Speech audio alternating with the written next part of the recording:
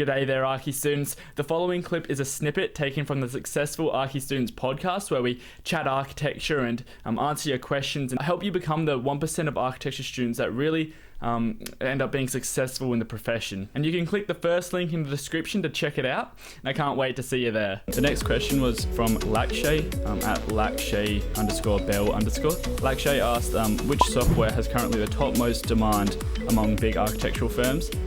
And again, this is a hard one.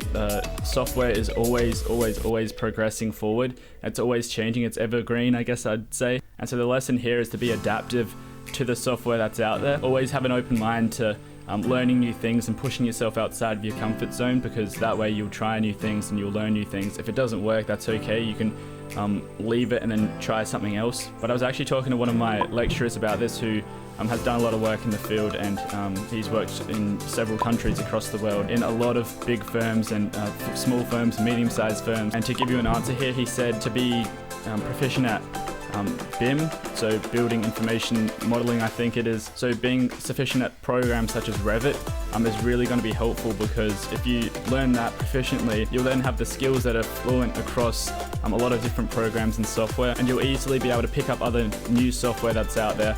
But again, new software is coming out every single day, and you just have to stay on top of it, because the industry is always going to be changing and getting better. And if it's getting better, you don't want to be stuck using AutoCAD when they've got new virtual reality and AR and who knows what's coming in the future. You've just got to stay on top of it and keep yourself open-minded and try new things. But for the moment, I would say really get knowledgeable at BIM software such as Revit, as those skills that you learn with that program will carry on to what's coming out in the future. Did I answer your question?